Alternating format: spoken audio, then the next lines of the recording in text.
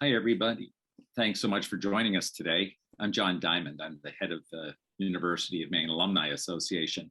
We're an independent organization of 110,000 Black Bear alumni. Our members live in all 50 states, the District of Columbia, and in more than 100 countries. Today, we're collaborating with UMaine's School of Policy and International Affairs and UMaine's William S. Cohen Institute for Leadership and Public Service. This is the first of two webinars on world affairs that we're offering related to Russia's invasion of Ukraine.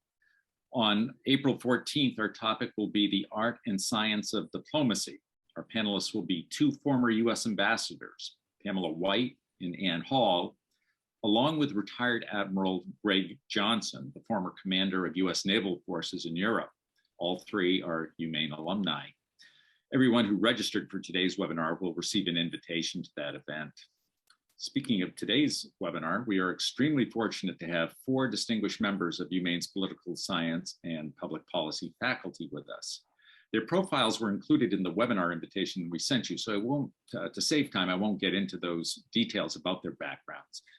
In alphabetical order, our panelists are the Honorable Kenneth Hillis, a semi-retired official with the US State Department, who has extensive experience in diplomatic missions in Europe. I'll note that Professor Hillis is a member of UMaine's class of 1976. We're also joined by Dr. Seth Singleton, the UMaine Professor of Political Science and International Relations. Dr. Singleton is a prominent scholar of Russian and Soviet influence in foreign policy. Our third panelist is Dr. Jim Warhola, Professor Emeritus of Political Science at UMaine. In 2002, Dr. Warhola received the university's Distinguished Maine Professor Award. That's the university's most prestigious faculty honor. Dr.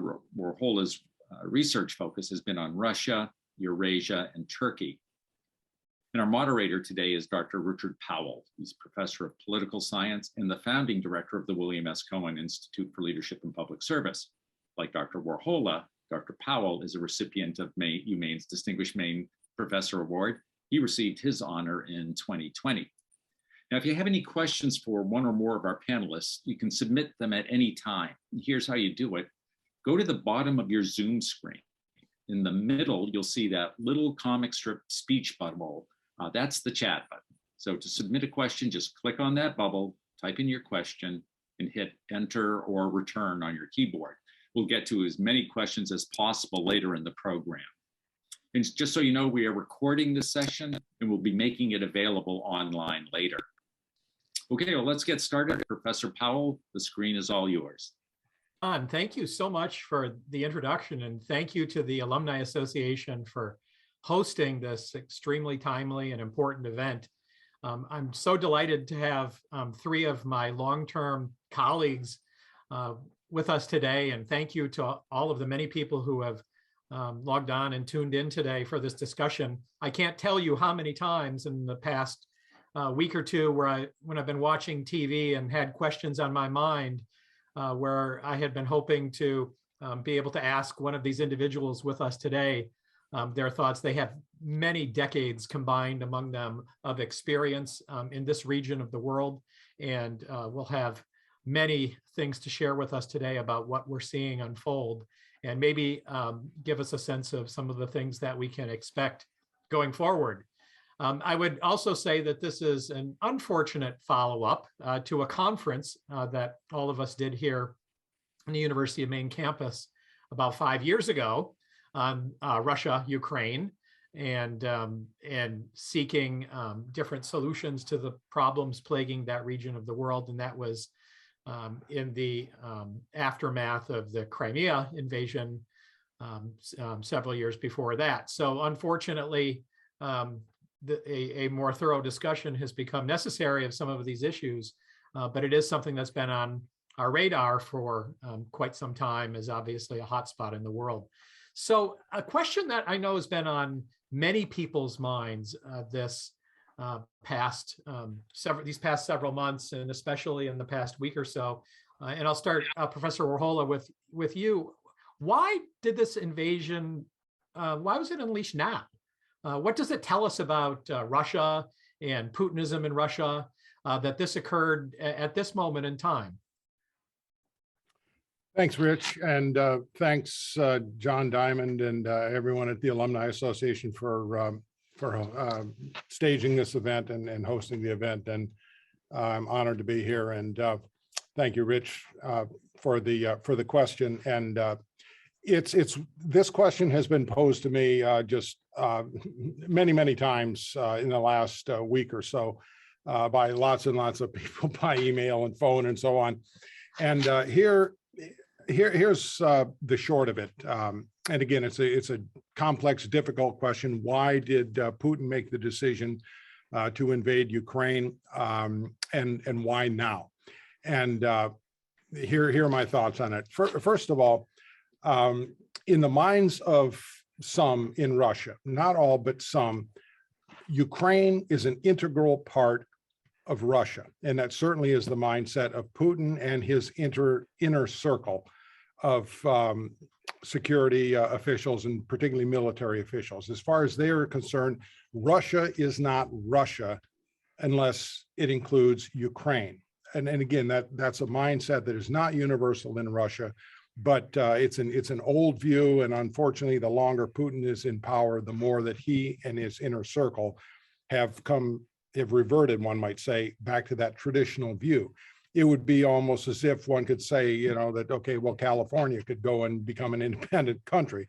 Well, I think most of us Americans would say, well, it's part of America, and America's not really American unless it includes, California. So there's that. First of all, just the mindset, particularly with Putin, and it's become more deeply entrenched the longer he's in power, is that Ukraine is an integral part of Russia. So that is the deeper cause, one might say. More immediately, one would have to take into account the westward movement of, not geographically, of course, but diplomatically, militarily, politically, and so on, towards the Western world. Ukraine became independent from the USSR in September of 1991, and it has pretty much gone more and more towards the Western world. A precipitating factor that must be considered in this is the amendment to the Ukrainian constitution in February of 2019. There are three articles in specific: Article 85, Article 116, and Article 102, or 115 and 102, that specifically state in the Ukrainian constitution that becoming a member of the EU, and even more importantly, a member of NATO, is very much a goal of the Ukrainian nation, and that by 2023, there was to be an action plan to specify how and when Ukraine would join EU and especially NATO. That to Russia is absolutely unacceptable. And Russia has resisted the eastward expansion of NATO ever since it began in the latter 1990s. And there have been 5 eastward expansions of NATO, or 5 times NATO was expanded eastward. That was, to me, I think, one of the precipitating factors. On the other hand, and I'll close up here, I'll try to be brief. There's been a growing perception in Russia, among the Russian political and military elite, that the West is weak, that NATO is weak, and that if they were going to reintegrate Ukraine back under Russian control, now is the time to do it. To me, that is the key to the question of timing. Why now? The debacle in Afghanistan, from Russia's perspective, NATO was in Afghanistan from August of 2003 until last year. And what did they do? Well, they built an Afghan army that fell apart with the Taliban advance. And Putin seems to have assumed that something similar would happen in Ukraine with his decision to invade now. So again, a misperception of the United States, NATO being weak, perhaps some vacillation on the Biden administration, or the perception of it in Moscow. Those seem to be the most important reasons that the decision was made to invade, and also to invade now. So turn it over to my colleagues Dr. Singleton and the Honorable Ken Hillis. Thank you.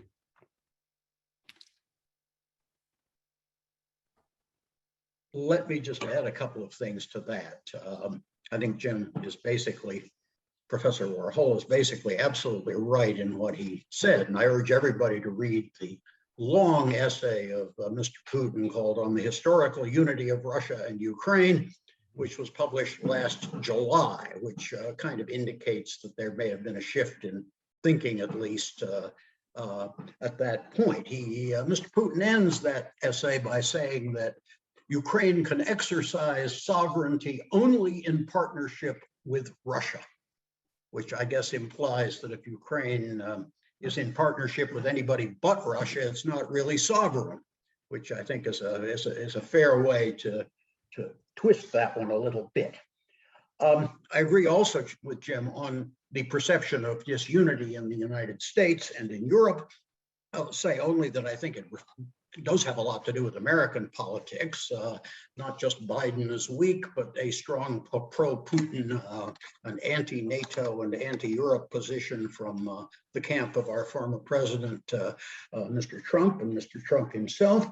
And I think also a presumption that Germany would not take a strong stance against any Russian aggression or incursion or move, whatever you want to call it, in Ukraine. And although we'll come back to this, and I think Ken Hillis may have something to say on this too, I think the German relationship with Russia is an absolutely critical part of everything that is now going on.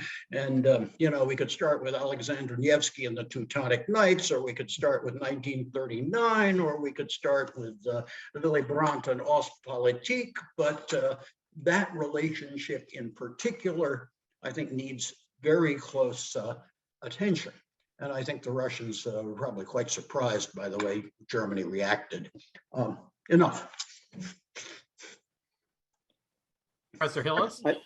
Yeah, I agree with the comments both Jim and Seth made. I think in terms of timing, I think that Putin also misjudged, but had made an assumption late last year, at least, that the Russian military could quickly present the international community with a fait accompli. And there are indications that the Russians thought they could complete their conquest of Ukraine in a matter of just a couple of days. They've badly misjudged on that, though I think at the end of the day, unless there's some major development, they're likely to prevail, but just as likely there's going to be a Ukrainian insurgency. Another one of this is a little bit speculative, but I would add to the why now reasons that Zelensky's popularity had actually declined in Ukraine, and he seemed last year to be more vulnerable. And I think Putin's assumption was that either through intimidation, which all through the fall, with the buildup of Russian forces on Ukraine's border, that he could essentially crack the Zelensky government and have something more amenable to Russia come about. That didn't work, and so the invasion took place, and we basically saw an uptick in the 7 days before the invasion in violence along the breakaway republics. I think that was the sign that they were trying to provoke the Ukrainians into taking the bait and starting the conflict themselves, just as the Georgians in 2008 had done. Lastly, I think he may also have suffered from the echo chamber of his COVID bubble. I think that he really does. His judgment about the world, as both my colleagues pointed out, both about Europe and the United States, were off. But I think his information he's getting is from a bunch of yes men. and they're all scared to death of him. If you looked at the Russian National Security Council meeting just a few days, that was recorded just a few days before the invasion, I've never seen the head of foreign intelligence look like he was, going to just collapse. He was so nervous in front of Putin, and Putin berated him, humiliated him publicly.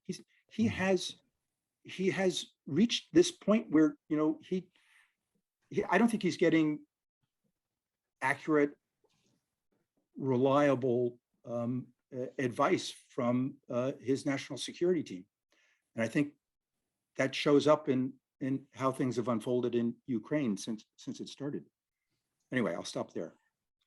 Professors Warhol and Singleton, how would you have anything to add, or what else would you say about Professor Hillis's comments there that Vladimir Putin seems to have been caught off guard here, which is somewhat surprising to many observers, because he's been famously strategic and cunning in his decision making over the years since he's been on the world stage. Maybe with due credit or not, but seems to have been caught flat-footed in some way here. How would you assess that? Yeah, if I could reply. Yeah, about Putin's inner circle, a few words about that in just a moment. But before that, back to Professor Singleton's point about Germany. And that I think is just critically important. I often ask my students, when was NATO formed? And, many of them correctly replied, well, in 1949. And I would ask them, when was the Warsaw Treaty Organization formed? Okay. I would get blank stares, and they'd say, well, I guess 1949, after NATO was formed. And that's not correct. The Warsaw Treaty Organization was formed in 1955, and the precipitating factor was Germany entering NATO. Prior to that time, there was no Warsaw Treaty Organization. That is what scared the daylights, one might say, out of those in the Kremlin, is when Germany joined NATO in 1950. Okay, so Germany, this tectonic shift, as it has been called in German foreign policy, with their decision to send military equipment, to Ukraine, I think the significance of that cannot be overstated. To Putin's inner circle, everything that Professor Hillis said is absolutely right. Starishin, was absolutely, he was the head of the SVR, which is the Foreign Intelligence Service, sort of like our CIA. He was absolutely humiliated by Putin, like he was a little child or something. Something similar, if there's also pictures of Putin meeting with his two top military people, Sergei Shoigu, who is the Minister of Defense, and with Gerasimov, who is the Chief of Staff. And same thing, there's a picture of them, and they look like scared kids at the end of a long, long table with Putin at the other end. So, the prospect of, Putin's inner circle rising up and turning on him it seems rather remote right now, but that's another thing to be taken into consideration here, that there may be other echelons within the military and security apparatus in which there are sufficient fissures so as to, create something like a palace coup. But that's all speculation. So, yeah. Just to add to that, Mr. Putin cultivated his image as strategic and cunning. People change, and so do their ways of behaving. A great many autocrats in history have fallen prey to being captured by their own voice and their own propaganda, and surrounded by yes men and listening to no one. And that's a process, not just a characteristic of a personality. That can take hold, and I think it really has. Strategy and cunning requires a good grasp of reality, including unfavorable information. And I don't think we're seeing much of that from Putin's decision-making so far. Just add one other thing. On the subject of disunity and the perception of the West, Jim rightly mentioned that Russia formed its Warsaw Pact, the Soviet Union formed its Warsaw Pact in reaction to Germany. But we can go back a little bit further. After the Second World War, I think it was clear that Stalin and many of those around him perceived the West as disunited. They watched Robert Taft and Arthur Vandenberg promoting a new isolationism in the United States against an unpopular and considered ineffective President Harry S. Truman. And they assumed that European countries would be divided among themselves and would resist being, how should we say, gathered under the umbrella of the United States. And boy, were they wrong. They got it totally wrong. So this isn't the first time that we have seen this kind of Western unity in reaction to a dictator in Russia. It seems to be, it's happened at least twice, and it may happen again. If I might, very briefly, I think Putin's strategic genius is way overrated. Okay. If you look strategically at where things are for Russia, they are considerably worse today than they were 3 or 4 years ago. NATO has more forces on Russia's border than it's ever had. NATO and transatlantic unity is stronger than it's ever been. And the Ukrainians, so let's just assume that Putin really did believe that the Ukrainians, many Ukrainians were going to welcome, the reunification of Ukraine into a greater Russia. That has not happened. And Ukraine's sense of national identity and its willingness to really engage in self-sacrifice in defending the country is, I think, way beyond anything it was, let's say, at the time of 2014. And Ukraine's capabilities in the military capabilities have built up since 2014, largely because of, in response to Russia's seizure of Crimea and its, carving off 2 breakaway republics in the Donbass region. This is not these are not great results. If Putin was my student, he would not be getting an A. Ken, could we continue on that point and maybe develop that a little bit more? So far, how would you assess the international response to the invasion? Not only Putin, I think, has been surprised by the international community's response and how well coordinated, especially US and Europe, were in preparing a response to what they anticipated was going to occur. I think he was surprised also by the transparency, the way we and some of our NATO allies with intelligence capabilities quickly made public what normally would be pretty sensitive intelligence information about Russian plans for false flag operations, their daily basis, the buildup on the border. I think the Biden team learned a big lesson from Afghanistan withdrawal, in which they did not consult and coordinate with their NATO allies. The Afghanistan war was a NATO operation, and the U.S. government rightly so, came in for some criticism from our European allies. On this crisis, they have been all over it. The spokesman for the European High Representative for Foreign Affairs said that the consultations were unprecedented and intense. NATO has been working this, but the consultations have been even more broad-ranging, with Asian allies, New Zealand, Australia, South Korea, Japan. Gosh, I mean, even Switzerland felt compelled to get in on the sanctioning of Russia. The phenomenally neutral, will take anyone's money, Switzerland.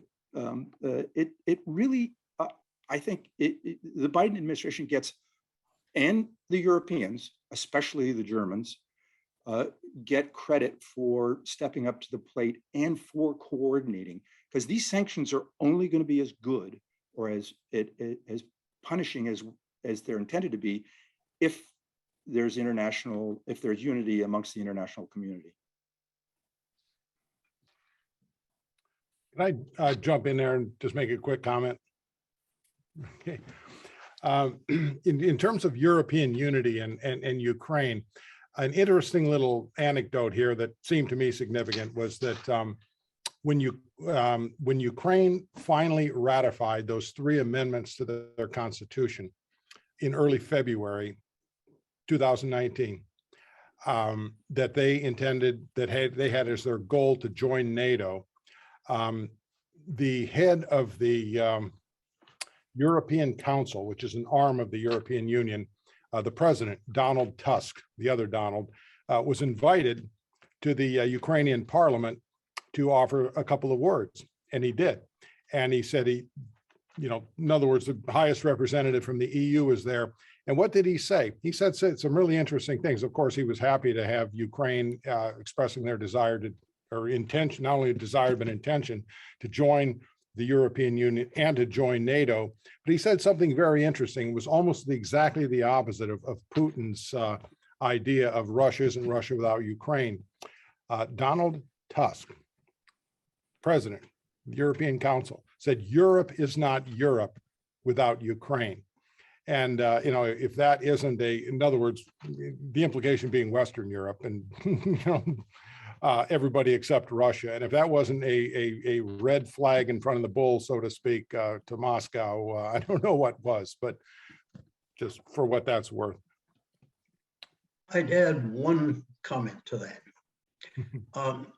It's easy to think of identities of Ukrainians, for example, or even Russians or Americans, as somehow fixed, somehow essentialist. They never change. And I think if you're in a kind of a Putin mindset, that's the way he thinks about it. There's the 3-part Russian people with Belarus and Ukraine, and then there's the Russian world and so on. Identities could change very quickly. Vladimir Putin is the father of Ukrainian nationalism, starting back in 2014. And, if you wanted an analogy that Americans could lamb onto pretty quickly, there were a lot of, North America in 1750 was full of a bunch of transplanted Englishmen. And 25 years later, it was in uproar and revolution and a different identity as Americans. These things can happen. They build up for a while. They can happen fast. And that happened in Ukraine. And Putin's sort of essentialist notion of who the Ukrainians really are just doesn't make much sense anymore. Well, I guess it could leave it at that, but I'd add again to what Jim said, what Ken said. Consider the absolutely stunning set of decisions made in Berlin. First, Nord Stream goes. Then, okay, we'll go along with swift sanctions. Then, we're sending weapons to Ukraine. And finally, yes, we're going for 2%, and that's a big 2%, in our military budget to meet our NATO targets. I mean, that's like an avalanche if you're watching it and did not expect it, and I don't think the Russians expected it at all. Thank you for that. Seth, maybe you could kick us off with a slightly different topic, but thinking about this in more practical terms.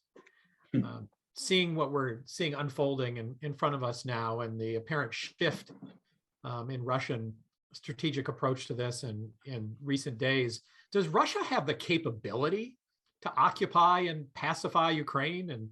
And what does an occupation require? Yeah, we could spend a lot of time on that, and I hope Ken and also Jim are going to weigh in on it because they have as much to say about it as I do. I can't resist starting with a very small story.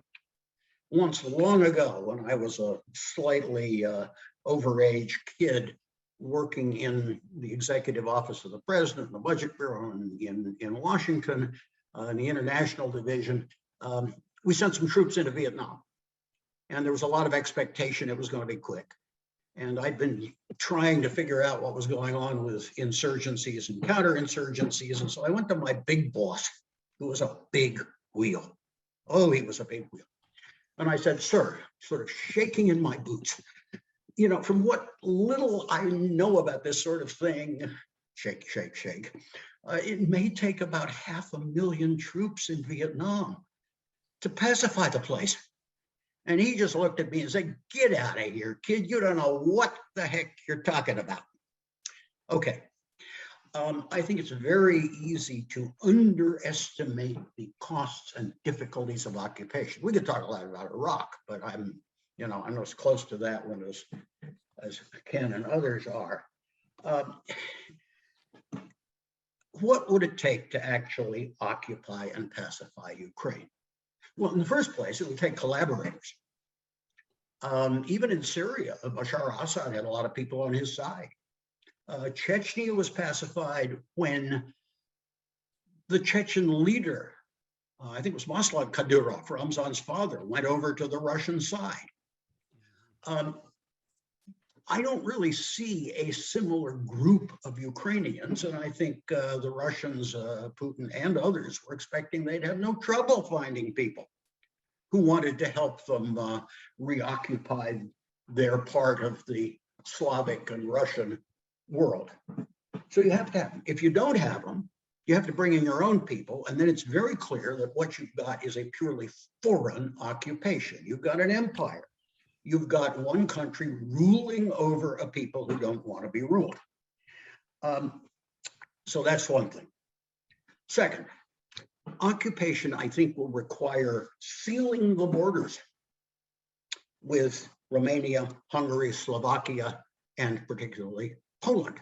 There's also a border with Moldova. Nobody mentions Moldova, but that also could be occupied. The Moldovans are not members of NATO, and they're a former Soviet republic. But you have to control that border. You have to control weapons coming in, and you have to control people coming in, and you may have to control people going out for rest and rehabilitation before they come back in to fight again. Now, how are you going to control the border? That's a long border. Somebody said it was, what, 500 miles, 800 miles, something like that. Jim probably has a measurement. Well, let's see, barbed wire, watchtowers, 2-kilometer wide no man's land where anything can be shot on site. Well, you don't just do that overnight. You don't snap your fingers and do that. That takes a long time to get into place. And it also means, and this is, I guess, the final point, that you're going to have to try to pursue into NATO countries the people who are sending fighters, who are fighters, their ammunition, their weapons, all the rest of this. And so there is a real opportunity here. And I say opportunity because Putin, in his December 17th documents, makes very clear that what he's after is all of Eastern Europe in his sphere of influence, not just Ukraine. And that's something we should come back to. It's not just about Ukraine. Mm-hmm.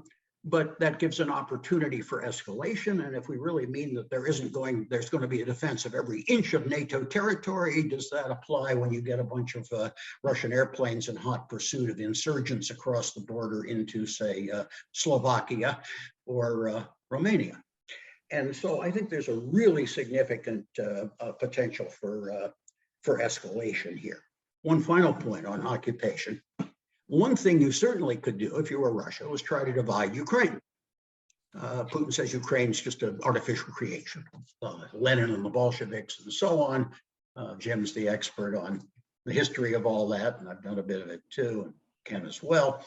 But you could divide Ukraine into Donbass, Novorossiya, the southern region from Mariupol to Odessa, the central Ukraine around Kiev and the western zone, which is old Galicia, difficult to control. And you govern it in pieces. This was the case under the Tsarist Empire before the Communist Revolution. Now, I'm not sure how well that would work, but it's one thing you could do. The United States and NATO has got to make a really important decision, which I think is now on the table, and I hope it's being discussed, of what they're going to do once the cities in Ukraine fall. How active is NATO, including the United States, going to be in supplying an insurgency, supplying weapons, protecting sanctuary, key part, for a resistance in Ukraine? Mhm. It might be very tempting to just say, okay, we'll put up the barbed wire on both sides and then hold the line. I don't think that's very satisfactory, but if you're not going to do that, you've got a whole bunch of important decisions to make. Get your comment or two? Jim, please, yes.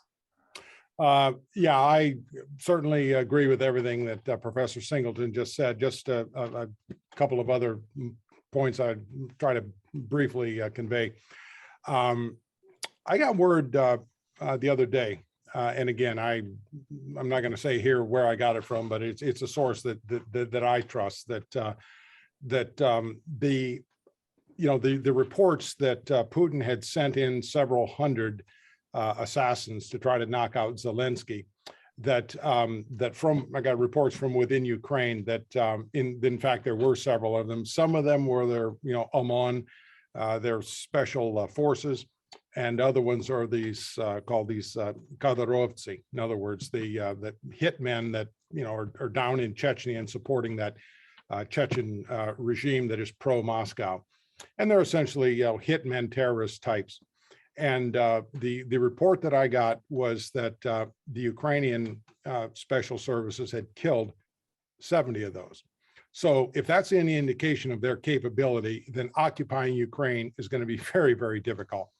The other aspect is that if this escalates, and it seems like it very well may, Russia may end up doing, and this would be an absolute nightmare for everyone, essentially taking the same approach that they took to the subjugation of Chechnya in the early 2000s. And to sum it up, General Grachev, who was in charge of it, what he said was, if we take fire from a house, then we level the house. If we take fire from a neighborhood, we level the neighborhood. If we take fire from a village, then we level the whole village. Well, if they take, and that they did that in Chechnya, and of course the EU objected, the State Department objected, but Russia did it anyway with impunity. If they do that in Ukraine and take that approach, occupying it is just going to be extraordinarily difficult, not only in terms of Western government's response, whatever that might be, but also within Russia itself. Already we're seeing massive protests within Russia against this war. And if it ends up escalating to the point of a Chechnya type of just slaughter and reducing, Kiev and the other major cities, that's Kiev behind me, by the way, that's the famous Pecherskaya Lavra. If they end up doing to that what they did to Grozny in 2002, in other words, just level it to the ground, it's hard for me to imagine that the Russian population would be willing to stomach that and put up with it. So, Ken, what do you think about that point that Jim just made about the potential here for this to have an impact upon Russian domestic politics? Is there anything that you foresee happening here that could loosen Putin's grip on power in Russia? mm-hmm. I think we have to be pretty modest about our ability to predict how things are going to be. With personalist autocratic regimes that maintain themselves in power through repression. I mean, Putin has been stepping up repression in recent years. I mean, there is no organized political opposition that can engage in politics. He has intimidated thoroughly the Russian population. A Levada Center poll a couple of months ago had 58% of Russians fearing repression by the Putin government. I mean, that in peacetime, it says a lot about the state of the Russian public. More than 5,000 people have been arrested in Russia for protests, and many, many more than that detained and released. I mean, his repressive apparatus is very, very extensive. And so things will have to get really bad inside Russia for there to be some kind of popular uprising. I think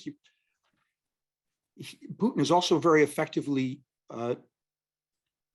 tied the oligarchs to himself. That has made them dependent on him for being able to maintain their wealth. There have been a couple of examples, Deripaska and Chubais, who've tried to edge away from Putin in the last week or so. But by and large, the oligarchs have learned their lesson not to engage in politics, and that was part of the deal. I think it would be folly to base for the United States or the Europeans to base their strategy on dealing with this crisis, this conflict, on regime change in Russia. I think it actually would probably be counterproductive. It would make more likely Putin's undertaking. He's already convinced that we want to do that. Fueling that fear of his is I don't think is going to help us achieve I think, frankly, our goal, one of our strategic goals, has to be to contain the risk of this conflict spreading, beyond Ukraine. People like Fiona Hill have said very clearly, Vladimir Putin is capable of using tactical nuclear weapons. The Russian military doctrine for more than a decade has been that if Russian forces are not advancing on the conventional front and face a crisis, to use tactical nuclear weapons to escalate in order to de-escalate. It sounds like an oxymoron, but that's exactly the term they use: escalate to de-escalate. And it's aimed, in large part, his threats of nuclear weapons is aimed at intimidating us. And so it's going to and the European public, who are much closer to Russia and would be on the receiving end of potentially of tactical nuclear weapons, at least in the border areas. So how we support a Ukrainian resistance is going to take a lot of very careful effort to minimize the risk that I've just mentioned. I think it's a real danger. And President Biden has been very clear about not using U.S. forces. I think that's a red line for the United States and for our NATO allies. But that doesn't mean that we can control what Russia does to expand the conflict.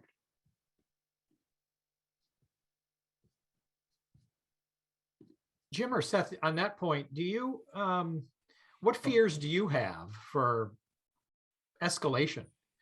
Ken was talking about the potential for various forms of escalation, and oftentimes when wars go badly, escalation becomes a more significant threat. So is that something you're concerned about? If so, what sorts of escalations do you fear? And what can we be doing to head those off as best we can? Yeah, Jim, go ahead. No, you go ahead. Please. Jim, your turn. My turn. Okay. Well, no, I have deep concerns with, that this could escalate, into not only a major regional conflict, but frankly, to World War III. I think it has all the potential to do that. I mean, every I mean, certainly World War I started relatively small and just spread like wildfire. World War II, not quite, that way, but certainly this has all the potential to, to escalate, just life and death serious proportions, including nuclear war.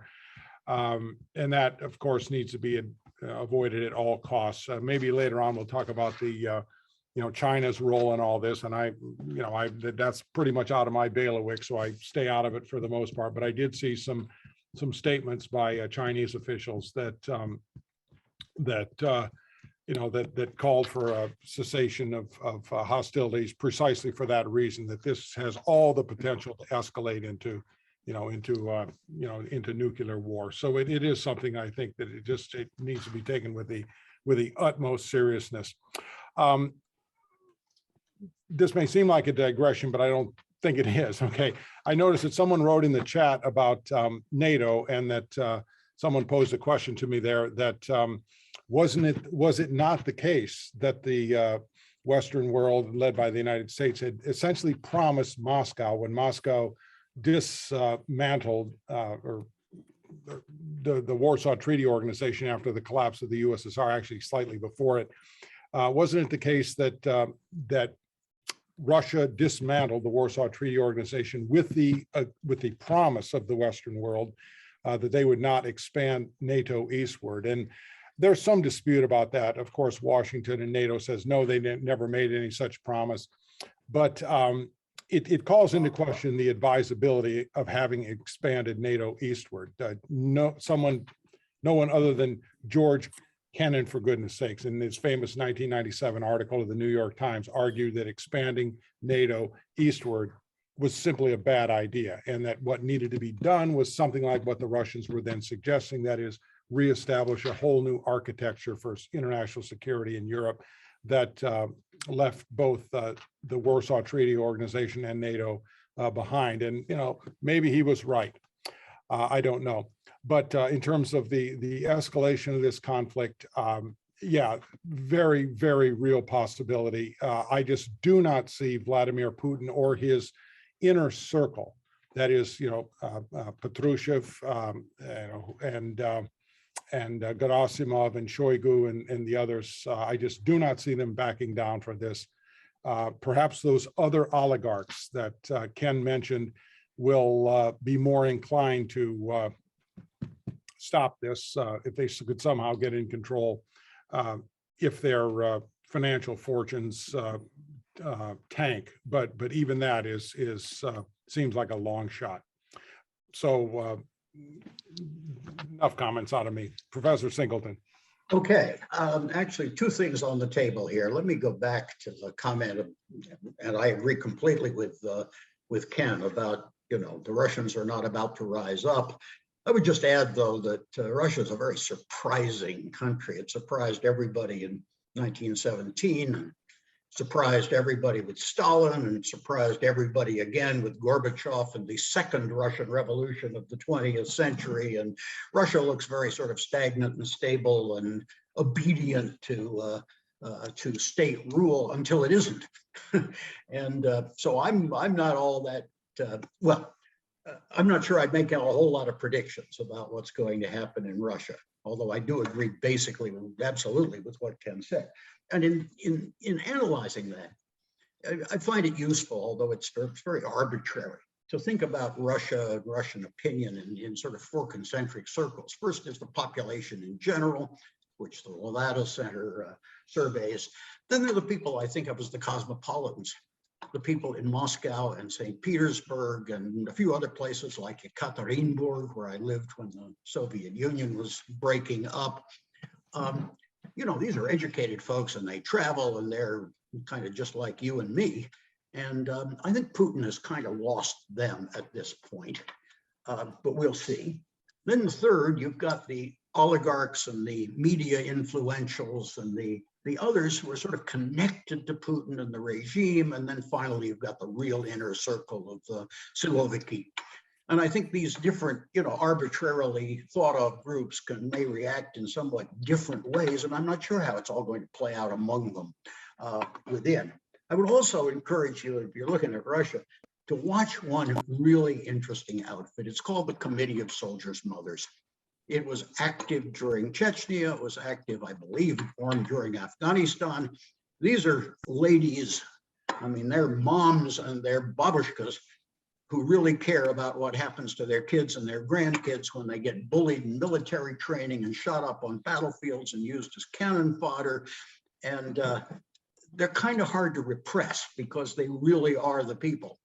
And so see if anything happens with that group. Now, escalation, and then I'll say a couple of words and then give over here.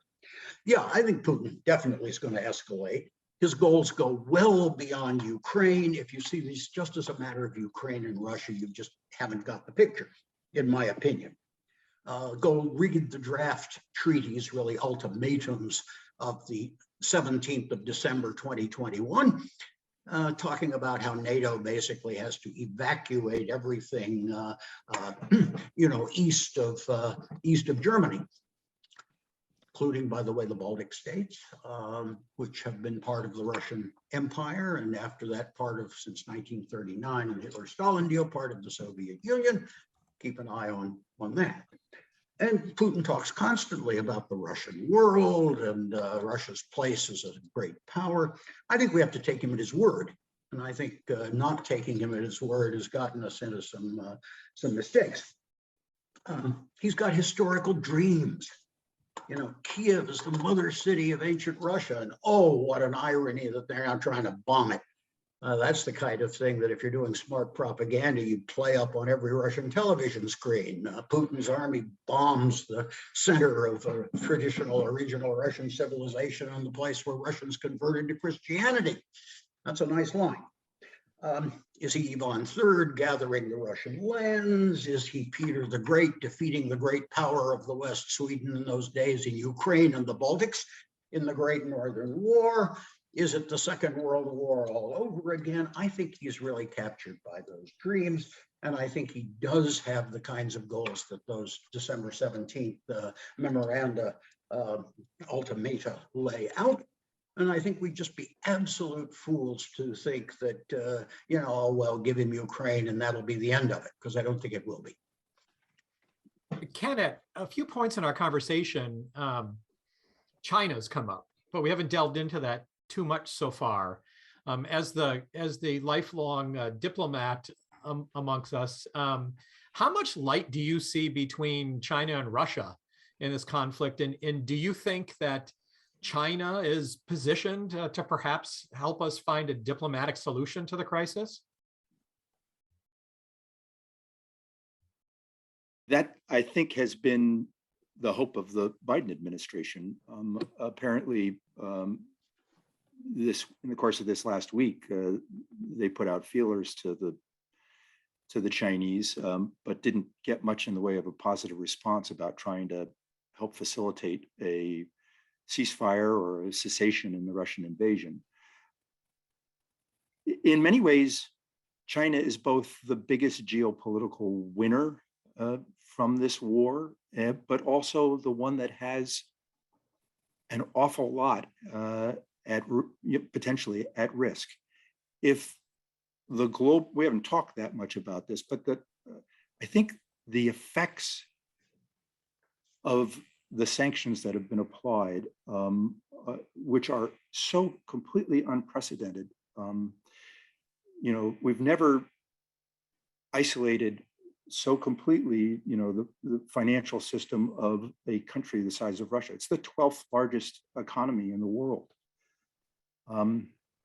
The second largest producer of oil in the world. Interrupting closure of airspace, the end of China's Belt and Road Initiative dream of a railway link between China and Europe is all in play as a result of this war. And China, unlike Russia, is very heavily dependent on a well-functioning international trading system. So long term, they have significant interests in seeing that this conflict doesn't damage the global economy, which would affect them, and doesn't spread and get out of control. So right now, the Chinese have staked out a position that is, on the face of it, somewhat supportive of Russia. You know, they blame NATO enlargement for Russia's decision to attack, invade Ukraine. But there are clearly different views within China. I mean, only a couple of days after the invasion, the Chinese foreign minister said that China, supported the territorial integrity and independence of Ukraine. That got walked back by Beijing within, less than a day. Beijing at this point just calls for both sides to exercise restraint and to try to resolve the conflict. I think they're waiting to see how this all sort of plays a little bit more before but potentially I think it'd be very hard to imagine the Russians coming to us, and I don't think we should go to the Russians, by the way. But at this point, start making them offers, for off ramps. The time for offering off ramps is past when they invaded. They were given lots of off ramp chances prior to the invasion, and Putin would only view an approach like that as a sign of weakness and try to exploit it. So I think China has the potential down the road to help mediate or facilitate some kind of resolution, but I'm not certain that to what extent they really want to get engaged in European affairs. China is an Asia-Pacific power and has only recently begun to sort of play a bigger role in other parts of the world, but there's potential. And I think that the administration,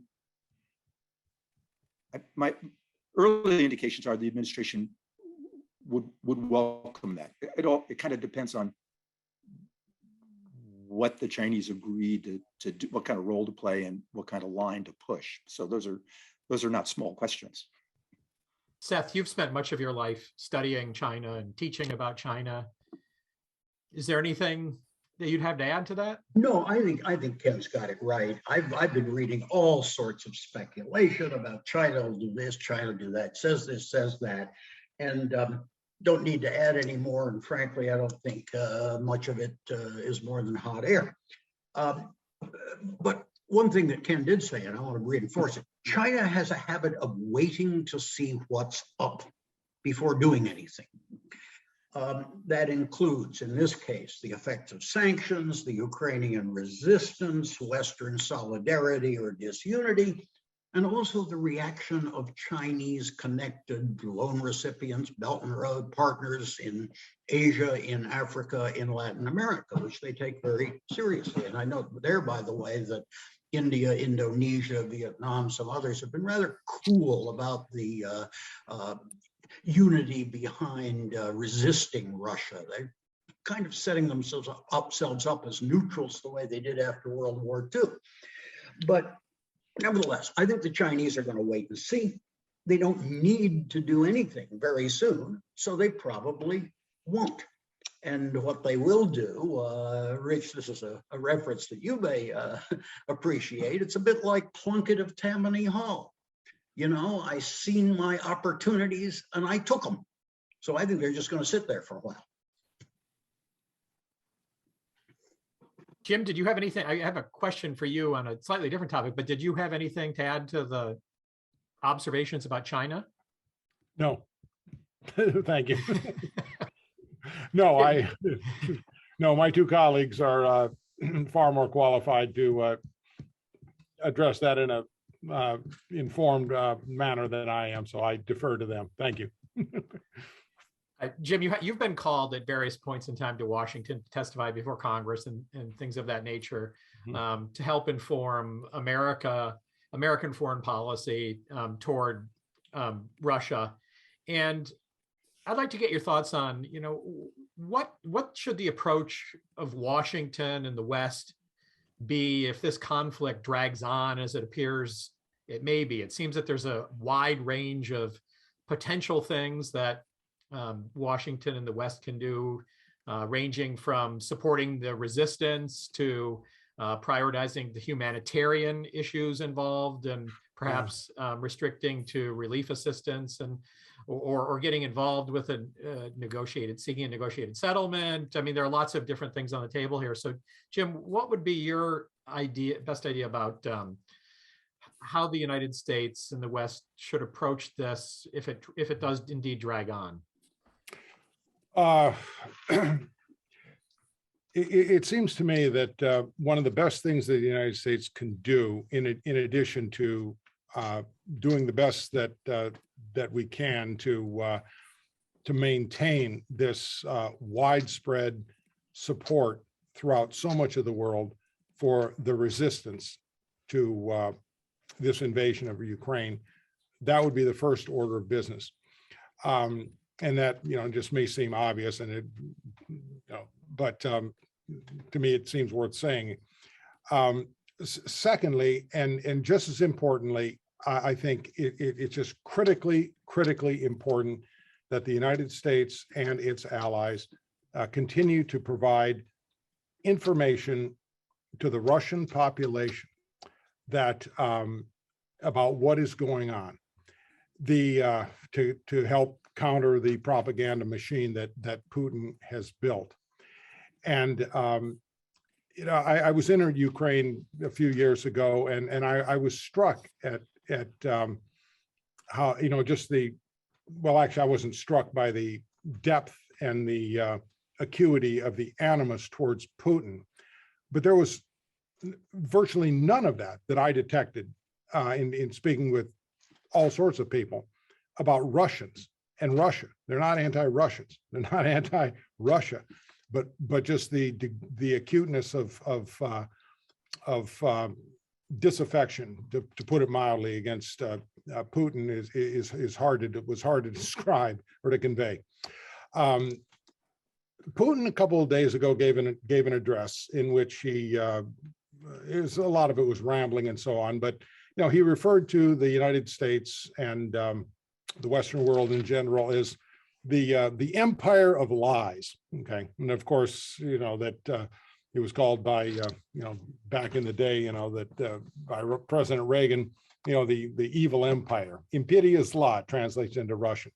That's what Putin said. He said, well, the Western world is the empire of lies. And my immediate response to that, or reaction to that inside myself, was, well, he should certainly know something about lies, since he's spewed a fountain of them for the last month or two. But just providing information to the Russian population about what is going on. The Russian population, I think, is far, far more sophisticated than what is given credit for, in the American imagination. It is simply not the same population that existed during the Cold War. It's not the same population in terms of their view of the world, their understanding, their sophistication of world events, and that is feeding right into this widespread opposition that we're seeing to the conflict. And it seems to me that the United States, and again, not necessarily fomenting, an overthrow, but just continuing to inform the population about what's really going on. And again, pardon me for repeating myself, but I'm convinced that if Putin disposes himself to this conflict the same way that he did to the conflict in Chechnya, of just indiscriminate bombing and destruction, flattening cities and so on, it's impossible for me to see the Russian population accepting that if they truly understand what's going on. So, Ken and Seth, I'd like to get your thoughts on that that same question. But I'd also want to remind people, we're going to be opening this up to questions from the larger audience here in just a few moments. So if you do have some questions, if you go ahead and post those to the chat, John will be working on consolidating those and presenting those to some of our panelists here in just a moment. So Ken, how do you see the United States best responding if this happens to drag on? Well, I think the biggest work is going to be maintaining international unity and sustaining sanctions. This is going to cost the Europeans a lot. Maintaining sanctions on Russia is going to cost them, especially Germany and Central East European, but Italy as well, potentially, if natural gas gets put into play, which it hasn't at this point. And I think, U.S. leadership in this regard has been pretty effective, and I think the prospects for maintaining international unity, at least short term, is probably pretty good. But what's going to become the trickier problem will be how to support Ukrainian resistance while avoiding the risk of cross-border widening of the conflict. Now, those two things come into even, Russia is going to view any large numbers of Ukrainian refugees in border areas of Romania, Hungary, Moldova, Slovakia, and Poland as especially Poland. And there I would say that the Poles themselves may get ahead. One of the risks is they may get a little bit ahead of the rest of our European allies in their fervor to support. Poland, large parts of Western Ukraine were Polish up until the end of World War II. And so just as Russia has historic, cultural, ethnic ties, historic ties to Eastern Ukraine, Poles have a similar kind of connection with Western Ukraine. Catholicism, Western Ukraine is largely Catholic, just like Poland. That's not decisive, but I'm just saying there's a risk of individual actors, either intelligence services or non-governmental, civic groups that want to help Ukrainian resistance fighters, keep up the fight. And that's a very noble cause. But look at what U.S. response has been in conflicts where it finds that the enemy is using, going across borders and for rest and resupplying and coming back into the fight. The Vietnam War. We had a whole secret war about, how we went after the North Vietnamese and Viet Cong in Cambodia and Laos. Afghanistan, we conducted multiple military, special operations incursions into Pakistan. I don't see Russia restraining itself from doing similar kinds of things if it thinks it can undercut a resistance. But if it does, it then is bringing, the Article 5 of NATO, where an attack on one is an attack on all. So this is going to require extremely deft policy handling, to minimize the risk while also telling the Russians in no uncertain terms that if they cross this line, this now becomes a NATO-Russia conflict. If we don't do that, Russia will view it, issue that warning and try to deter Russia aggression against NATO territory, they're going to view it as a green light, or as, if not a green light, at best a yellow light, and that they're going to just roll right through. There's no easy answer on this question, and I'd say the other thing, this is where maintaining alliance unity in Europe is going to become more difficult. This is where it will get really hard, because the last thing the Europeans want is a war, a full-scale war with Russia, notwithstanding all their support for Ukraine. Seth? Okay, quickly. I agree entirely with Jim Warhola on the importance of information and the need to be honest, transparent, and get the word out in all directions, not just to Russians, but to everybody. Second, I agree with Ken that we have to be very cautious about borders and escalation and getting sucked into things that we don't want. But the point I would reinforce with Ken is that this is a real dilemma, because I don't think we should just be cutting off the Ukrainian resistance either. No. And then how you thread that needle is exactly right. That's the issue. And so we agree there. And then there's one point I would add. Part of how this is going to play out goes very quickly to our own domestic politics. We have a faction in the United States that thinks Putin is right, that he's tough, that he's white, he's Christian, he's a mensch, and we should be supporting him against all those liberals who dissent wherever against what he's doing. This has got to be managed, and I would simply say that I hope that leaders of the Republican Party are going to manage it well, because it's really on them. But I think that's something we've got to watch as well. Thank you. I'm momentarily going to invite John Diamond back into the conversation, and he has some questions that have been gathered from the audience. I do, before turning it back over, I want to make a quick pitch.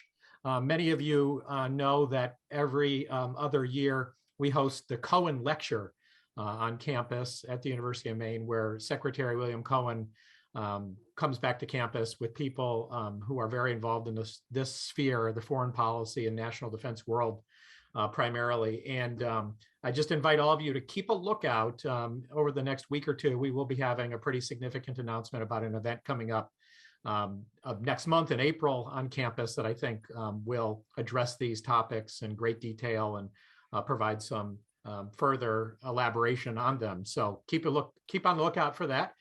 John, if you wanted to come back into the conversation and pose some questions from our audience for our panelists. Certainly. Thank you, Rich, and thanks to everybody. Terrific presentation and comments, and we've got a lot of great questions. The first one is that there's been speculation that China might seize the current moment and make a move on Taiwan. What are your thoughts on that possibility, and how would and should the U.S. respond? Do you want me to take it first? Yeah. I think the premise underlying the question that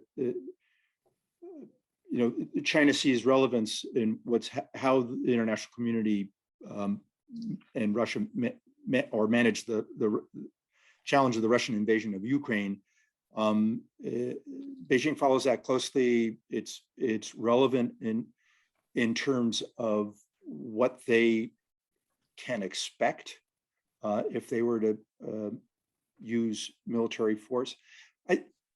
I think that there are no signs immediately that China is looking to do that. I think they're still playing a somewhat long game and are patient. it would be, at this point, it would not be an easy for China to militarily occupy Taiwan. I'm assuming that the United States, if not also Japan, Australia, and others, would likely get involved as well. But the Taiwanese are fairly capable, and their military capacity is improving. They seem to have gotten a little bit smarter about what kind of weapon systems they really need, which is more sort of anti-ship weapons, mines, and things like that, something to stop an invasion, not to take on China, over the Straits of Taiwan in the sea or in the air. So yes, there is, as time goes by,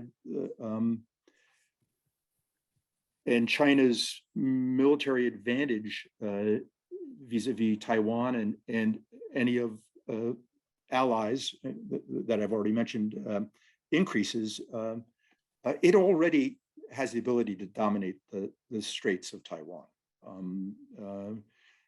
For the last 9 years, I think, one of my Foreign Service classmates actually left the Foreign Service fairly quickly and has been running a lot of the war games on a conflict over Taiwan. And the U.S. consistently can't stand up to the Chinese forces, in the Straits of Taiwan. We have to, because they have the ability to sink. They have such a massive anti-ship capability that we have to be 1,000 miles off their shore. Well, that makes it very hard to defend Taiwan. Unless you want to lose all your carriers and most of your surface ships, it's a challenge. But it's not just a military challenge. I think China's decision, if it ever gets to the point of deciding to invade Taiwan, is going to depend a lot on the politics as well. The politics of the island of Taiwan, how the Chinese judge Taiwan's, are they making moves towards independence, or have they declared independence? There are a lot of factors there. How would the international? So one of the lessons there, at least short term right now, is that invading another country, even they don't consider Taiwan another country, but invading Taiwan is likely to bring serious economic repercussions on the Chinese economy. Now, will the international community be as willing? Because that's a much bigger piece of meat to bite off and digest than putting sanctions on Russia. I'm not 100% certain that the international community would be willing to step up to the plate the same way it has vis-a-vis Russia. But for the Chinese, even the prospect of that would be, I think, fairly daunting. Maybe this is the time to make a point that I was probably going to make at the beginning. This whole thing, and it relates to Taiwan as well, is really about what kind of world you want to live in. Do you want to live in the world that is the one that Thucydides described, where the strong do what they can and the weak suffer what they must, a world of realpolitik and machtpolitik? Or do you want to live in a world where there are imperfectly applied principles of things like national self-determination? The whole anti-colonial movement was about that, and Russia is now in a position of trying to recreate literally an empire where people don't want to be governed by them, and of non-aggression, which was what the whole World War II experience was about, and a whole lot of other things since. The United States does not have a clean record on that. Go back to 2003 in Iraq. But if you want to live in a world with principles like national self-determination and non-aggression, you've got a real problem on your hands with Putin and potentially with China. Or you can revert to the other world. Robert Kagan describes it as the jungle. And that's not a role I want to play in, but I think that's really what all of this is about. Thanks. We have several questions asking about the long-term consequences, economic consequences for both Russia and Ukraine and the world. One deals with the fact that it's planting season in both Ukraine and Russia. They are major providers to the world of wheat.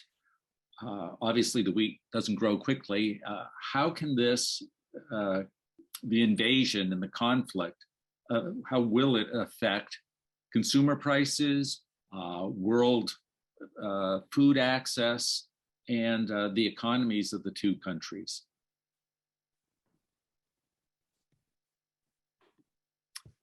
Ken?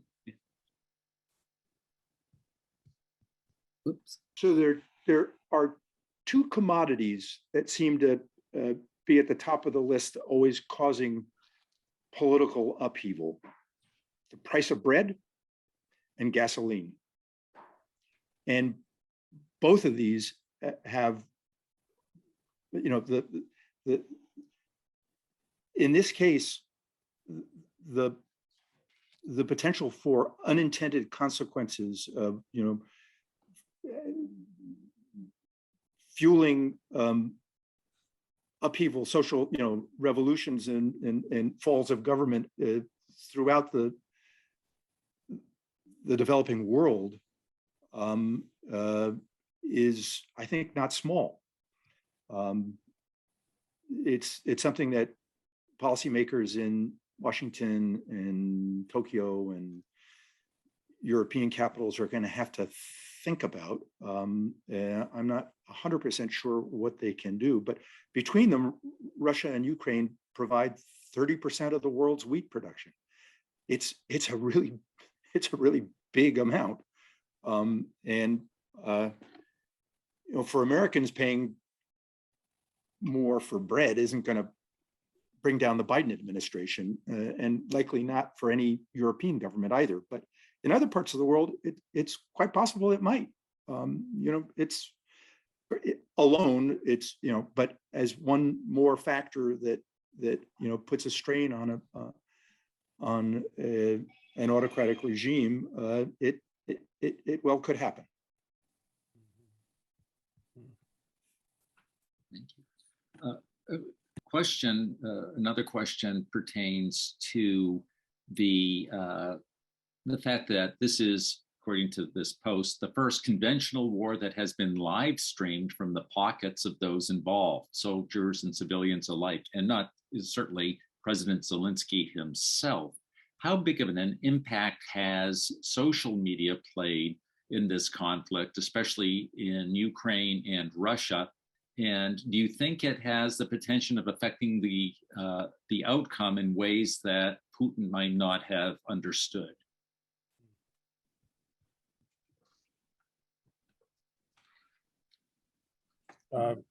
Jim? Okay. Well, I certainly don't claim any expertise on the, effects of social media. In fact, I got off of Facebook a while ago but that's, I guess, a different story. But it seems to me that given the nature of things nowadays, that it's impossible that social media won't have some sort of effect on this.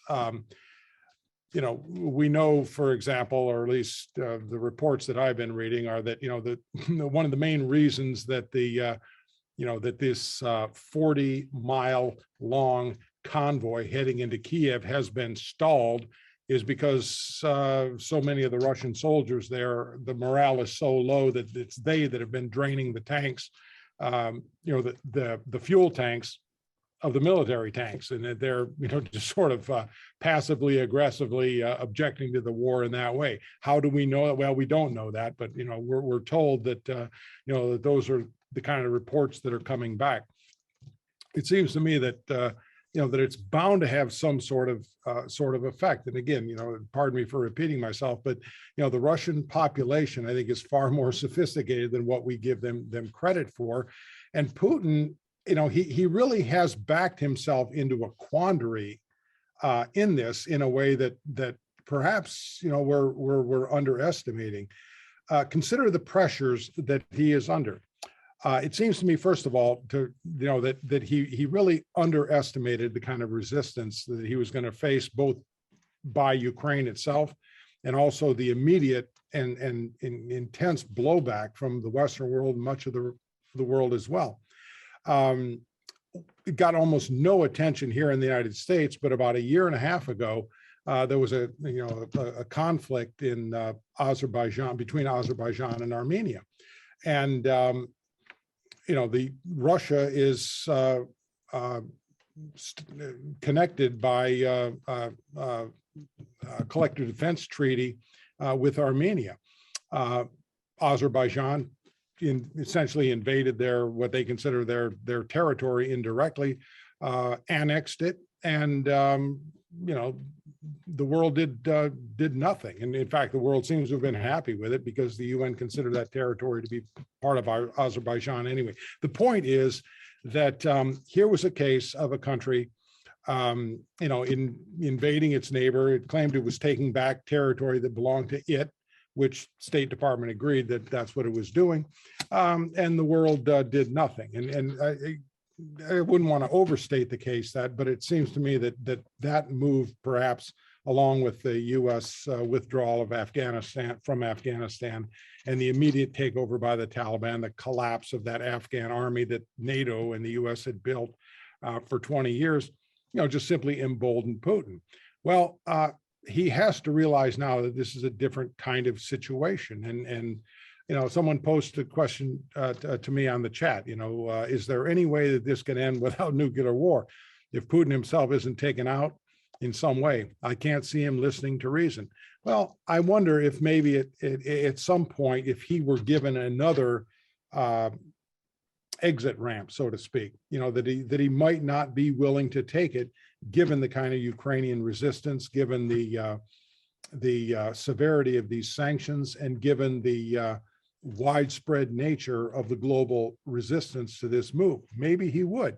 Maybe there was some suggestion of some kind of Finlandization of Ukraine, so to speak, might prompt him to end the conflict and to withdraw. Prospects of that are very slim for all kinds of reasons, but theoretically, it's a possibility. So, yeah, those are some of my thoughts about this. There's an old saying that Russia is never so strong or so weak as she appears. I think one of the things we found out in the last couple of weeks, I think it was a 19th century bridge or something. One of the things we found out in the last couple of weeks is that the vaunted Russian military machine, may not be just an empty gas tank, but the gas tanks get empty before they're ready to resupply them. Another is that the vaunted Russian capacity for information warfare seems to be regularly bested by young blonde Ukrainian women doing TikToks. I've seen a couple of wonderful ones. Young Ukrainian woman starting up a Russian, big Russian piece of armor and driving it off with a wave. And so I think that we should pay careful attention to both the strengths and the weaknesses of Russia's ability to influence events. And to Seth's point, I'd add that today there's a video clip that shows Ukrainian women surrounding a Russian soldier, calling up the mother back in Russia of the soldier, so that he could tell them that he was fine in the care of all these Ukrainian babushki. It's really powerful stuff. But to come back to the more serious one, we haven't said enough, I think, about Germany. I think one of the things that that influenced Germany to depart from its long-standing practices of Ostpolitik and maintaining commercial ties with Russia, of not selling weapons to other states, especially ones in conflict. I mean, the Germany of post-World War II is gone, and it has a lot to do with public opinion, much of which is influenced by social media. I mean, you got 100,000 people on the streets several days ago, demonstrating for the German government to do more to support Ukraine. That helped tilt the balance, and what should have been a very, very thorny decision by the German government. It's a three-party coalition with, and they all have had traditionally very different views about foreign affairs. The Social Democrats being the ones that lean hardest towards, keeping Russia as close as possible, and Olaf Scholz, this new prime minister with very little time under his belt in office, has just taken Germany and pushed it in a whole new direction, which has made it much easier for all the others to go along. That said, I think Macron, the French president Macron, is right. The worst is yet to come. The situation in Ukraine is going to get become more of a humanitarian crisis. The UN predicts we're at 1 million refugees as of today, up to 4 million refugees total. It will not only be a humanitarian crisis of refugees leaving Ukraine. If the Russians are to prevail, they are going to have to use horrible, brutal tactics.